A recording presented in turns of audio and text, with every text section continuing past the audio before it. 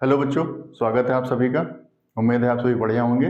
मेरा नाम हरीश है और मेरे यूट्यूब चैनल का नाम तो आपको पता चल गया होगा। जी हाँ, HC एजुकेशन। बच्चों, बात करें यूपी बोर्ड क्लास 10th में साइंस सब्जेक्ट को लेके मैं आया हूँ। आपके पेपर में 20 क्वेश्चन MCQ बेस्ड पूछे जाते हैं।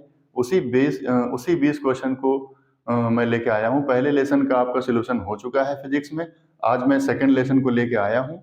तो पेन और कॉपी लेके बैठिए और अच्छे से नोट करिए। उम्मीद है इससे बाहर आपका एक भी क्वेश्चन पेपर में नहीं आने वाला है।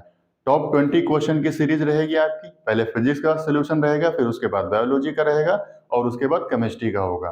पूरी साइंस का सोल्यूशन आपको मिलने वाला है। NCERT बेस्ड क्वेश्चन रहेंगे। आपको कहीं भी भटकने की जरूरत नहीं है। अच्छे से कॉपी पे लिखिए और अच्छे से तैयार करिए। इससे एक भी क्वेश्चन पेपर में बाहर नहीं आने वाला है। ठीक है, तो शुरू करते हैं फिजिक्स का सेकेंड चैप्टर। बच्चों, सेकेंड चैप्टर का नाम है मानव नेत्र तथा रंग बिरंगा संसार। पहले क्वेश्चन पे आते हैं। बच्चों, जो पहला क्वेश्चन है वो है मानव नेत्र के जिस भाग पर किसी वस्तु का प्रतिबिंब बनता है वह होती है। प्रतिबिंब कहां पर बनता है? आप जब किसी वस्तु को देखते हैं, पढ़ते हैं, किसी भी वस्तु को देखते हैं, तो प्रतिबिंब कहां पे बनता है? तो प्रतिबिंब बनता है कहां पे? इसका जो पहला ऑप्शन है वो है कार्निया, दूसरा जो ऑप्शन है वो है परितारिका, तीसरा जो ऑप्शन है वो है पुतली, चौथा जो ऑप्शन है वो है दृष्टिपटल। ठीक है, तो इसका जो सही आंसर है वो है दृष्टिपटल। क्या है? दृष्टिपटल। बच्चों, दृष्टिपटल को ही रेटिना कहा जाता है। क्या कहा जाता है? रेटिना। रेटिना। तो कंफ्यूजन की कोई जरूरत नहीं है। अगर दृष्टिपटल लिख के नहीं आएगा, दृष्टिपटल हिंदी का शब्द है और रेटिना इंग्लिश का वर्ड है। ठीक है, तो अगर दृष्टिपटल लिख के ऑप्शन में नहीं आएगा तो आपको क्या सही करना है? रेटिना सही करना है। ठीक है, तो इसका आंसर क्या सही हो जाएगा? रेटिना सही हो जाएगा। इसके बाद अगले क्वेश्चन पे आते हैं। अगला क्वेश्चन है, एक व्यक्ति दूर स्थित वस्तुओं को स्पष्ट रूप से देखने में असमर्थ है, उसके नेत्र में कौन सा दोष है? ठीक है, दूर स्थित वस्तुओं को स्पष्ट रूप से देखने में असमर्थ है, यानी दूर की वस्तुएं वो नहीं देख पा रहा है। दूर की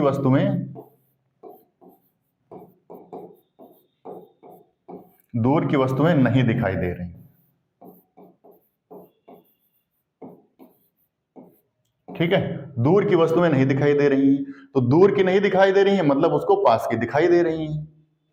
ठीक है, तो बच्चों आपको दो दोष याद करने, एक तो आपको निकट दृष्टि दोष याद करना है और एक तो आपको याद करना है दूर दृष्टि दोष।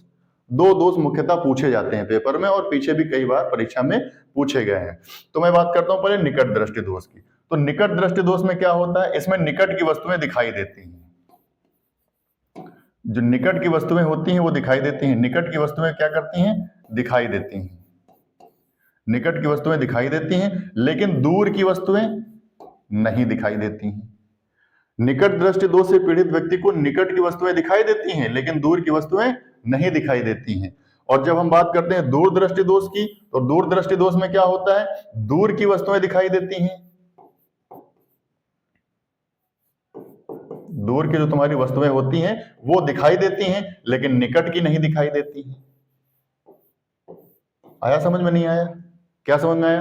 दूर दृष्टि दोष से पीड़ित व्यक्ति को दूर की वस्तुएं स्पष्ट दिखाई देती हैं, परंतु पास की वस्तुएं स्पष्ट नहीं दिखाई देती हैं। निकट दृष्टि दोष से पीड़ित व्यक्ति को निकट की वस्तुएं स्पष्ट दिखाई देती हैं, परंतु दूर की वस्तुएं स्पष्ट नहीं दिखाई देती हैं। ठीक है, तो क्वेश्चन क्या कह रहा है? कह रहा है दूर की वस्तुओं को स्पष्ट रूप से देखने में असमर्थ है, यानी दूर की वस्तुएं वो नहीं देख पा रहा है। तो दूर की वस्तुएं किसमें नहीं दिख रही हैं?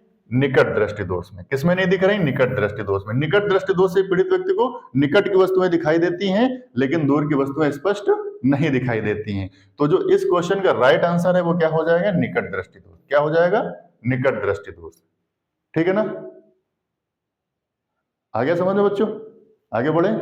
ठीक, अगला जो क्वेश्चन है वो है, एक सामान्य आंख वाला व्यक्ति किसी वस्तु को स्पष्ट रूप से देख सकता है यदि वस्तु की आंख से दूरी हो।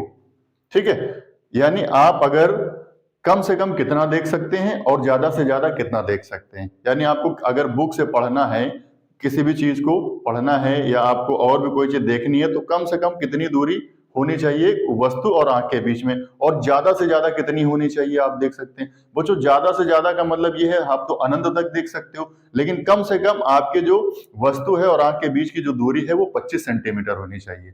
तो जो इस क्वेश्चन का जो राइट आंसर है वो क्या हो जाएगा, 25 सेंटीमीटर से अनंत के बीच हो। क्या होना चाहिए, 25 सेंटीमीटर से अनंत के बीच होना चाहिए। तो कम से कम दूरी है वो 25 सेंटीमीटर है, और ज्यादा से ज्यादा कितनी दूरी हो सकती है, अनंत हो सकती है। और स्पष्ट दृष्टि की जो न्यूनतम दूरी होती है बच्चा, न्यूनतम दूरी वो कितनी होनी चाहिए, कितनी होती है, 25 सेंटीमीटर। ठीक है, स्पष्ट दृष्टि की न्यूनतम दूरी 25 सेंटीमीटर होती है, और अधिकतम दूरी कितनी होती है, अधिकतम दूरी कितनी होती है बच्चा आपकी, तो अधिकतम जो दूरी होती है वो होती है अनंत। ठीक है, समझ आ गया, क्लियर है ना, आगे बढ़े। ओके, अगला क्वेश्चन क्या है आपका, कह रहा निकट दृष्टि दोष के निवारण के लिए व्यक्ति को किस लेंस का चश्मा प्रयुक्त करना चाहिए, किस लेंस का चश्मा प्रयोग करेगा। दोष कौन सा है बच्चा, इसको निकट दृष्टि दोष है। मैंने अभी आपको बताया दो दोष मुख्यतः होते हैं, एक तो निकट दृष्टि दोष और एक दूर दृष्टि दोष। और यहाँ पे क्वेश्चन में क्या पूछा गया है, निकट दृष्टि दोष। कौन सा पूछा गया है, निकट दृष्टि दोष। मैंने अभी आपको बताया कि निकट दृष्टि दोष से पीड़ित व्यक्ति को निकट की वस्तुएं दिखाई देती हैं लेकिन दूर की वस्तुएं स्पष्ट नहीं दिखाई देती हैं।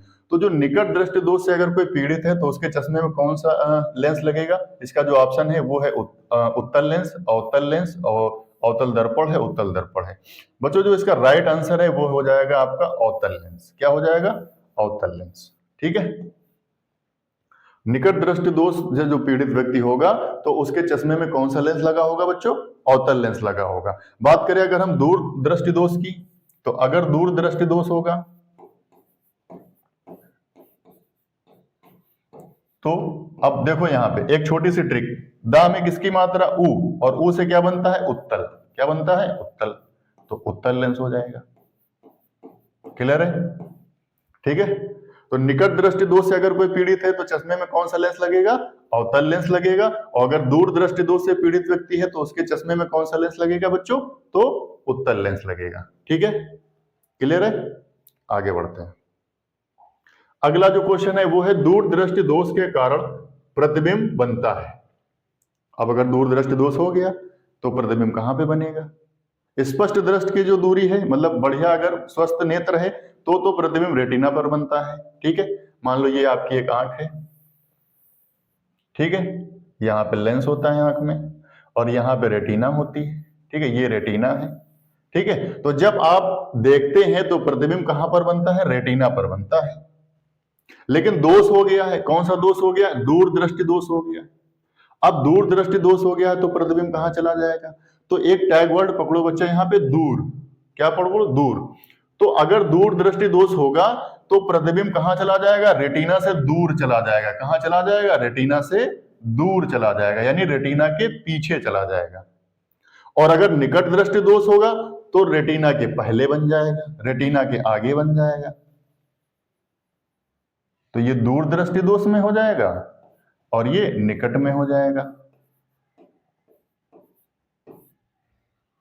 आया समझ में, नहीं आया, फिर से रिपीट कर रहा हूं। दूर दृष्टि दोष से अगर कोई पीड़ित व्यक्ति है तो प्रतिबिंब रेटिना से दूर चला जाएगा, यानी रेटिना के पीछे चला जाएगा। और अगर निकट दृष्टि दोष से पीड़ित व्यक्ति है तो रेटिना से पहले आ जाएगा, यानी रेटिना के आगे बन जाएगा।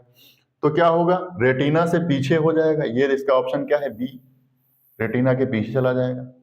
तो दूर दृष्टि दोष के कारण प्रतिबिंब कहां पर बनेगा बच्चों, तो रेटिना के पीछे बनेगा। ये रेटिना है और ये रेटिना के पीछे यहां पर प्रतिबिंब बन जाएगा। ठीक है, क्लियर है, आगे बढ़े। अगला जो क्वेश्चन है वो है सामान्य आंख के लिए दूर बिंदु स्थित होता है।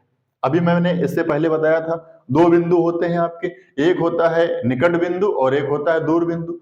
तो निकट बिंदु मतलब कम से कम आप कितनी दूरी देख सकते हैं, और दूर बिंदु मतलब ज्यादा से ज्यादा आप कहां तक देख सकते हैं। तो दूर बिंदु की अगर हम बात करते हैं तो दूर बिंदु का मतलब क्या हो जाएगा, यहाँ पे अनंत हो जाएगा। क्या हो जाएगा, अनंत हो जाएगा। इसका जो राइट आंसर है वो क्या हो जाएगा, इन्फिनिटी हो जाएगा, अनंत। आप अनंत तक देख सकते हैं। अगर आपकी आंख में किसी भी प्रकार का दोष नहीं है, आपकी आंखें स्वस्थ हैं, किसी भी प्रकार की बीमारी नहीं है, तो आप अनंत तक देख सकते हैं। ठीक है, क्लियर है। इसके बाद अगला क्वेश्चन, अगला क्वेश्चन है प्रकाश का प्रकीर्णन सबसे कम होता है। किस रंग का प्रकाश का प्रकीर्णन सबसे कम होता है? प्रकीर्णन की बात कर रहा है और कह रहा है सबसे कम। ठीक है, तो सबसे कम बच्चों, सबसे कम और सबसे ज्यादा तो यही पेपर में पूछा जाएगा, या तो सबसे कम पूछा जाएगा या फिर सबसे ज्यादा पूछा जाएगा। ठीक है, तो यहां पे पूछा गया सबसे कम। प्रकीर्णन का मतलब होता है रंग का फैलना। आकाश आपको नीला दिखाई दे रहा है, तो नीला रंग का प्रकाश सबसे ज्यादा फैलता है, और जो आपका लाल रंग होता है उसका प्रकाश जो है सबसे कम फैलता है। तो कम पूछा गया यानी न्यूनतम पूछा गया है, तो क्या इसका ऑप्शन हो जाएगा? ऑप्शन ए का ए ऑप्शन हो जाएगा। जो पहला ऑप्शन है वही आपका सही हो जाएगा। क्या हो जाएगा? लाल रंग के लिए। और अधिकतम पूछेगा किस रंग के प्रकाश का प्रकीर्णन सबसे अधिकतम होता है, तो अधिकतम किस रंग का होता है? नीले रंग का होता है बच्चा। किस रंग का होता है? नीला। तो नीला क्या होता है? किस रंग के प्रकाश का प्रकीर्णन सबसे ज्यादा होता है, तो क्या होता है? नीला, अधिकतम। ठीक है, तो दोनों दो क्वेश्चन यहां से आपके हो गए। किस रंग के प्रकाश का प्रकीर्णन सबसे अधिक होता है, तो नीले रंग का होता है। सबसे कम पूछेगा तो क्या होता है? लाल रंग का होता है। ठीक है ना, क्लियर है। अगला क्वेश्चन है आपका, चंद्रमा से देखने पर आसमान कैसा दिखाई देता है? आप चंद्रमा पे जाइए और चंद्रमा पे पहुंचने पे आप आसमान को देखिए, तो आसमान आपको कैसा दिखाई देगा? कभी गए चंद्रमा पे? नहीं गए तो एक बार घूम के आइए फिर। ठीक है, चलो आओ। चंद्रमा से जब चंद्रमा पे आप कोई जाएगा तो वहां से आसमान कैसा दिखाई देगा? तो चंद्रमा पर वायुमंडल नहीं होता है। क्या नहीं होता है? वायुमंडल। वायुमंडल नहीं होता है। ठीक है, अब जब चंद्रमा पर वायुमंडल नहीं होगा तो कैसा दिखाई देगा आसमान? एकदम काला दिखाई देगा। कैसा दिखाई देगा? काला दिखाई देगा। ठीक है, तो चंद्रमा से देखने पर आसमान कैसा दिखाई देता है? काला दिखाई देता है। ठीक है, आगे बढ़े। क्यों? इसका रीजन है क्योंकि चंद्रमा पर क्या होता है? वायुमंडल नहीं होता है। अगला क्वेश्चन क्या है? कह रहा है मानव नेत्र लेंस की फोकस दूरी को समायोजित करके विभिन्न दूरियों पर रखी वस्तुओं को फोकसित कर सकता है। ऐसा हो पाने का कारण बताइए। ठीक है, कारण क्या है इसका? ठीक है, कहीं पे विभिन्न दूरी कहीं पे भी रखी है, इधर वस्तु रखी है, उधर रखी है, कहीं पे भी रखी है, और हमारी आंखें उसको देखती हैं और फोकसित कर लेती हैं। तो ऐसा कर पाने का कारण क्या है? क्या कारण हो सकता है? जो पहला ऑप्शन है वो है निकट दृष्टि, फिर जो ऑप्शन है समंजन क्षमता, फिर है दीर्घ दृष्टि, और फिर है जरा दृष्टि दोष। तो ये तो दोष हो गया। दोष हो गया मतलब ये तो बीमारी, ये तो कतई नहीं होगा। ठीक है, तो बच्चा आप विभिन्न दूरियों पर रखी वस्तुओं को अगर जो है अपने प्रतिबिंब बना लेता है, अपनी आंखों में समा लेता है, समंजित कर लेता है। क्या कर लेता है? समायोजित कर लेता है, समंजित कर लेता है, तो वो होता है समंजन क्षमता। क्या होता है? समंजन क्षमता। ठीक है, तो विभिन्न दूरियों को समायोजित करने की जो फोकसित करने और ऐसा कर पाने का जो कारण है, उसका जो राइट आंसर है वो क्या है? समंजन क्षमता। ठीक है बच्चों, इसका जो राइट आंसर है वो क्या हो जाएगा? समंजन क्षमता। एनसीईआरटी का क्वेश्चन है ये। ठीक है, और कई बार प्रीवियस ईयर पेपर में पूछा गया है और आगे आने की भी संभावना है। ठीक है, समंजन क्षमता। अगला क्वेश्चन, अगला क्वेश्चन है नेत्र लेंस होता है।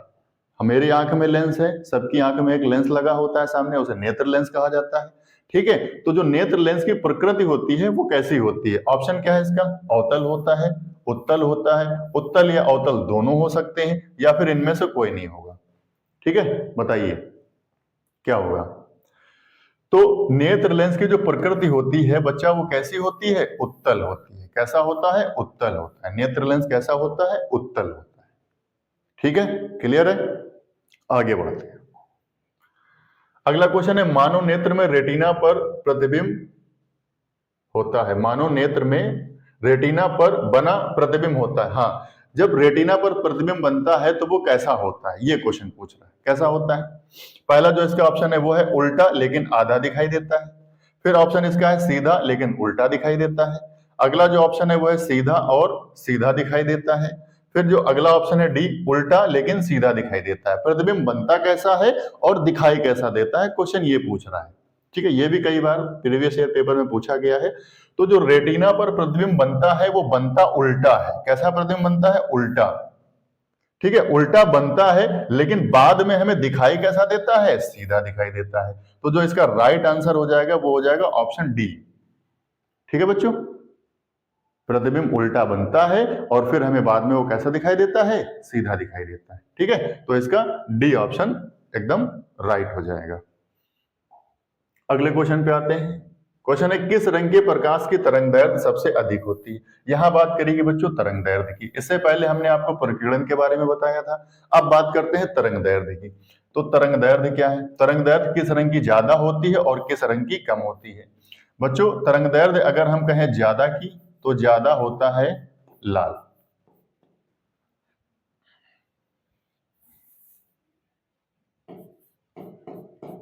ठीक है, और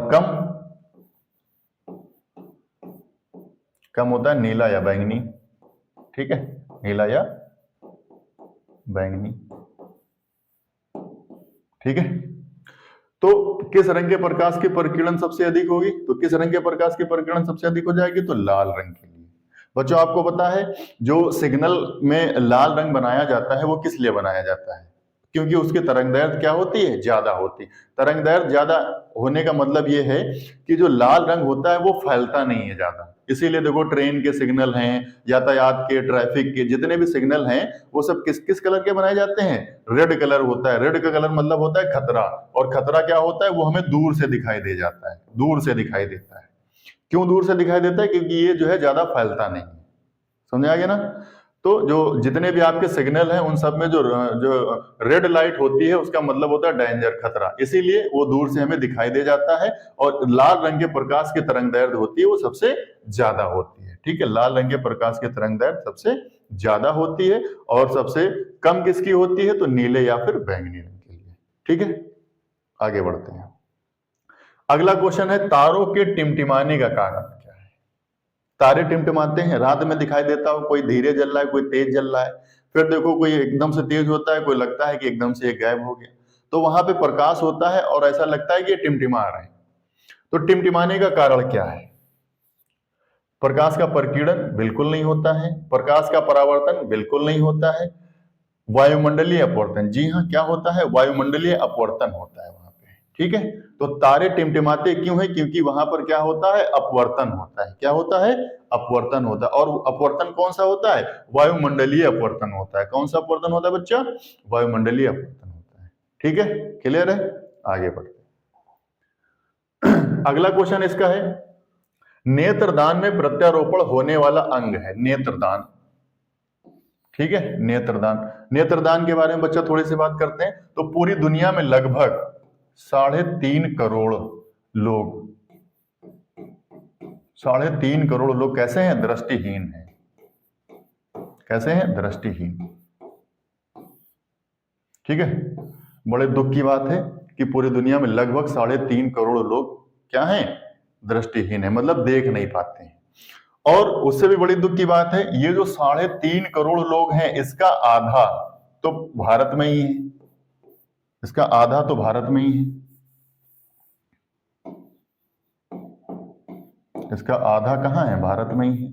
यानी अगर 3.5 करोड़ लोग पूरी दुनिया में अंधे हैं, नहीं देख पाते हैं, तो उसका आधा अकेले भारत में लोग क्या है? दृष्टिहीन है। ठीक है, तो ये तो आंकड़ा हो गया आपका, 3.5 करोड़ लोग पूरी दुनिया में दृष्टिहीन है और 3.5 करोड़ के लगभग आधे पूरे भारत में लोग दृष्टिहीन है। ठीक है, तो जब नेत्रदान होता है तो नेत्रदान कैसे होता है? तो नेत्रदान में क्या होता है, जैसे कोई व्यक्ति की मृत्यु हो जाती है, आकस्मिक मृत्यु हो जाती है, तो वो अपने नेत्र को दान कर सकता है। नेत्रदान एक छोटा सा प्रोसेस होता है, लगभग 10 से 15 मिनट में वो प्रोसेस पूरा हो जाता है। 10 से 15 मिनट में। ठीक है, जैसे मान लो कोई किसी भी व्यक्ति की आकस्मिक दुर्घटना हो जाती है, तो वो व्यक्ति के 4 से लेके 6 घंटे में नेत्र का दान किया जा सकता है। ठीक है, समझ आ गया नहीं आ गया? यानी 4 से 6 घंटे के अंदर अगर उसके हम आंख को निकाल लेते हैं तो वो प्रॉपर तरीके से हम किसी दूसरे व्यक्ति में ट्रांसप्लांट कर सकते हैं। ठीक है, तो 10 से 15 मिनट का एक छोटा सा प्रोसेस होता है नेत्र को निकालने का, और 4 से 6 घंटे के बीच में निकाल लेना आवश्यक होता है, वरना फिर उसकी आंखें क्या होती हैं, वो खराब हो जाती हैं। बच्चों आंख का जो कौन सा अंग है जो निकाला जाता है, वो अंग है आपका कार्निया। क्या है? कार्निया। पूरी आंख निकाल ली जाती है लेकिन पूरी आंख का ट्रांसप्लांट नहीं होता है। आंख का एक अंग होता है, उस अंग का नाम होता है कार्निया। क्या नाम होता है? कार्निया। तो कार्निया को ही निकाल के एक व्यक्ति से निकाल के दूसरे व्यक्ति में ट्रांसप्लांट किया जाता है, दूसरे व्यक्ति को कार्निया का प्रत्यारोपण किया जाता है। समझ आ गया नहीं आ गया? ठीक है, तो नेत्रदान में प्रत्यारोपण होने वाला अंग कौन सा है? कार्निया। क्लियर है? आगे बढ़े। फिर एक व्यक्ति के चश्मे में उत्तल लेंस लगा है, वह किस दोष से पीड़ित है? बहुत सही, यानी इसको उत्तल लेंस लगा हुआ है और ये किस रोग से पीड़ित है? बच्चों मैंने अभी आपको बताया था, यहां पे मैंने लिखा उत्तल। क्या लिखा? उत्तल। उत्तल में क्या है? ऊ से क्या बनेगा? दू, यानी दूर। क्या बनेगा? दूर। तो क्या हो जाएगा? दूर दृष्टि दोष। नहीं समझ में आया? ठीक है, दो दोष मुख्यतः होते हैं आपके, एक निकट दृष्टि दोष और एक दूर दृष्टि दोष। तो जो दूर दृष्टि दोष होता है उसके लिए किस लेंस का प्रयोग करते हैं? उत्तल लेंस का प्रयोग करते हैं। और निकट दृष्टि दोष के लिए किसका प्रयोग करते हैं? तो अवतल लेंस का प्रयोग करते हैं। ठीक है, अवतल लेंस का प्रयोग करेंगे।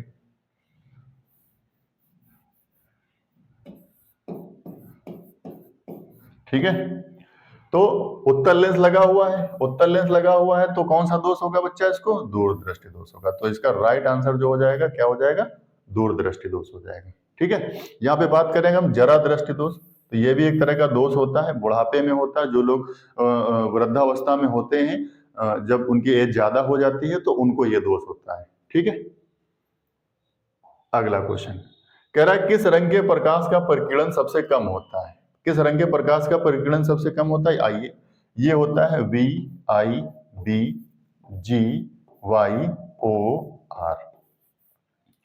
इसको पढ़ते हैं विबग्योर। क्या पढ़ते हैं? विबग्योर। विबग्योर में ये जो वी है, वी से वायलेट होता है, यानी बैंगनी रंग होता है ये। ठीक है, और ये होता है रेड। क्या होता है? रेड, यानी लाल। ठीक है, ये दो हो गया आपका, ये बैंगनी हो गया और ये हो गया लाल। तो परिकिरण सबसे कम किसका होगा? तो यहाँ पे क्या सबसे नीचे है? लाल। ठीक है, क्या हो जाएगा? लाल। तो सबसे रंग जो परिकिरण सबसे कम किसका हो जाएगा? लाल। लाल रंग के प्रकाश का परिकिरण सबसे कम होता है, लेकिन लाल रंग के प्रकाश की तरंगदैर्घ्य सबसे ज्यादा होती है। पीछे बता चुके हैं हम आपको। ठीक है ना, ये आपका होता है वायलेट, वी से वायलेट हो जाता है, आई से इंडिगो हो जाता है, बी से ब्लू हो जाता है, जी से ग्रीन होता है, वाई से येलो होता है, ओ से ऑरेंज हो जाता है और आर से रेड हो जाता है, यानी लाल। ठीक है, तो लाल रंग के प्रकाश का परिकिरण सबसे कम होता है। आई बात समझ में? क्लियर है? आगे बढ़ते हैं।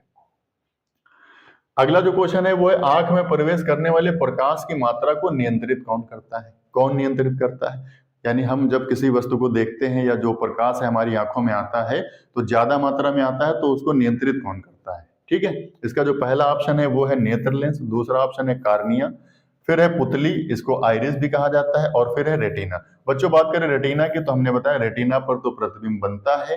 ठीक है, और कार्निया अभी हमने पीछे क्वेश्चन में बताया, कार्निया का क्या होता है? प्रत्यारोपण होता है। दृष्टिहीन व्यक्ति को कार्निया देके उसकी आंखों की रोशनी लाई जा सकती है। ठीक है, लेंस तो तुम्हारा देखने का काम करता है। बच्चों जो पुतली है आपकी आंख में, जिसे आइरिस कहा जाता है, क्या कहा जाता है? पुतली, आइरिस। ये क्या करता है? नियंत्रण करता है, किसका? प्रकाश का। ठीक है बच्चों, तो आने वाले प्रकाश का जो नियंत्रण होता है उसे नियंत्रित कौन करता है? पुतली, आइरिस। पुतली नहीं होगा ऑप्शन में तो आइरिस होगा। ठीक है, आगे बढ़ते हैं। अगला जो क्वेश्चन है वो द्विफोकल लेंस का प्रयोग किया जाता है। द्विफोकल लेंस का कहां प्रयोग किया जाता है? बच्चों मैंने अभी आपको बताया दूर दृष्टि दोष होगा, दूर दृष्टि दोष होगा तो कौन सा लेंस लगेगा? उत्तल लेंस लगेगा। ठीक है, बता चुके हैं। निकट दृष्टि दोष होगा तो कौन सा लगेगा बच्चा? अवतल लेंस लगेगा बच्चा। ठीक है, और यहां पे लिखा हुआ है जरा दूरदर्शिता, यानी जरा दूरदृष्टि दोष। इसको दूर करने के लिए किसका इस्तेमाल करते हैं? द्विफोकल का इस्तेमाल करते हैं। अब ये जो जरा दूरदर्शिता है, जो ये दोष है, ये होता कब है बच्चों? जब वृद्धावस्था आती है, जब एज ज्यादा हो जाती है, तो कभी कभी ऐसा देखा जाता है कि वृद्ध जो लोग होते हैं उनको ना तो दूर की वस्तुएं दिखाई देती हैं और ना तो पास की वस्तुएं दिखाई देती हैं। तो ऐसी कंडीशन में हम कौन सा लेंस लगाते हैं? द्विफोकल लेंस लगाते हैं। कौन सा लगाते हैं? द्विफोकल लेंस लगाते हैं। ठीक है, तो रोग का नाम है जरा दूरदर्शिता, या लिख के आएगा जरा दृष्टि दोष। ठीक है, तो जरा दृष्टि दोष को दूर करने के लिए किस लेंस का प्रयोग करते हैं बच्चा? तो द्विफोकल लेंस का प्रयोग करते हैं। ठीक है, क्लियर है? तो इसमें होता क्या है, ना तो दूर की वस्तुएं स्पष्ट दिखाई देती हैं और ना ही पास की वस्तुएं स्पष्ट दिखाई देती हैं। फिर हम किसका इस्तेमाल करते हैं? द्विफोकल लेंस का। आगे बढ़ते हैं। अगला जो आपका क्वेश्चन है ये है कि यदि व्यक्ति निश्चित रंगों के बीच विभेद नहीं कर पाता है तो वह पीड़ित है। किससे पीड़ित है? रंगों के क्रम नहीं पहचान पा रहा है, लाल और हरे में अंतर नहीं बता पा रहा है, लाल और नारंगी में अंतर नहीं बता पा रहा है, नीले काले में अंतर नहीं बता पा रहा है, तो क्या कौन सा रोग होगा उसे? ऑप्शन इसका पहला जो है हीमोफीलिया है, दूसरा जो ऑप्शन है वो वर्णांधता है, तीसरा ल्यूकीमिया है और चौथा हैजा। ठीक है, तो इसका जो राइट आंसर है वो क्या होगा बच्चों? इसका जो राइट आंसर है वो है वर्णांधता। ठीक है, वर्णांधता। वर्णांधता रोग से पीड़ित व्यक्ति क्या होता है? वो रंगों के क्रम को सही से नहीं पहचान पाता है। ठीक है, या उनमें अंतर नहीं पहचान पाता है। वर्णांधता बच्चा ये आपका एक आनुवांशिक रोग है। कैसा रोग है? आनुवांशिक रोग। आनुवांशिक रोग। ठीक है, हीमोफीलिया भी आपका एक आनुवांशिक रोग है। हीमोफीलिया भी आनुवांशिक है, वर्णांधता भी आनुवांशिक है। ठीक है, तो ये भी आपका आनुवांशिक रोग है। लेकिन ये जो ल्यूकीमिया है, ल्यूकीमिया एक तरह का कैंसर होता है। क्या होता है? कैंसर होता है। ठीक है, और वो भी कैसा कैंसर होता है? ब्लड कैंसर होता है, ब्लड कैंसर। ठीक है, तो ये एक तरह का ब्लड कैंसर होता है और वो भी बहुत खतरनाक वाला होता है। ठीक है, हैजा आपको पता ही है, जिसे कॉलरा कहते हैं, ये दूषित भोजन पानी से हो जाता है। ठीक है, तो हीमोफीलिया ये तो आपको बता दिया। वर्णांधता में क्या होता है? रंगों का क्रम अच्छे से पहचान नहीं पाते हैं। लेकिन ये जो आपका हीमोफीलिया है बच्चों, जो हीमोफीलिया ये भी एक आनुवांशिक रोग है। इस रोग में क्या होता है कि पीड़ित में रक्त का थक्का नहीं जमता है। मान लो चोट लग गई, अब चोट लग गई तो जो आपका ब्लड है वो बह जा रहा, रक्त का थक्का नहीं जमेगा तो सारा ब्लड बह जाएगा और अंत में क्या होगा? उसकी मृत्यु हो जाएगी। तो हीमोफीलिया और वर्णांधता दोनों ही रोग कैसे हैं? आनुवांशिक रोग हैं। आनुवांशिक रोग क्या होता है?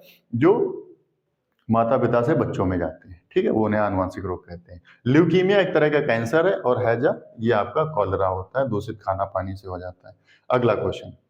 अगला जो क्वेश्चन है वो कह रहा है प्रिज्म से श्वेत प्रकाश की किरण के गुजरने पर सबसे अधिक विचलन किसका होता है? सबसे अधिक पूछ रहा है। अभी मैंने आपको बताया विबग्योर। विबग्योर में सबसे ऊपर क्या था? वायलेट। सबसे नीचे क्या था? ये आपका प्रिज्म बनता है। ठीक है, यहां से एक श्वेत प्रकाश की किरण आएगी तो वो 7 रंगों में विभक्त हो जाएगी। ये 7 रंगों में विभक्त हो जाएगी। वही क्रम बनेगा, ऊपर होगा V और नीचे होगा R। ठीक है, तो सबसे अधिक कौन होगा? सबसे अधिक यहाँ पे क्या है? वायलेट। वायलेट मतलब बैंगनी। तो यहाँ पे ऑप्शन इसका क्या सही हो जाएगा? बैंगनी सही हो जाएगा। ठीक है, और सबसे कम पूछेगा तो सबसे कम कौन सा हो जाएगा? R for red. रेड यानी कि लाल। ठीक है बच्चों, अगला क्वेश्चन। ठीक है, ये 20 क्वेश्चन हो गए आपके। ठीक है, ये 20 क्वेश्चन हो गए। उम्मीद है आप सभी को बढ़िया से अच्छे से समझ में आए होंगे। तो कैसा लगा आपको वीडियो? कमेंट कीजिए और अपने दोस्तों को शेयर कीजिए, लाइक कीजिए। और इसके बाद हर एक लेसन का आपको इसी तरह के टॉप 20 MCQs NCERT बेस्ड जो इंपॉर्टेंट है, इससे बाहर आपके पेपर में एक भी क्वेश्चन नहीं आने वाला है। ठीक है, तो इसी तरह हमसे जुड़े रहिए और चैनल को सब्सक्राइब कीजिए। ठीक है, बहुत बहुत धन्यवाद। जय हिंद।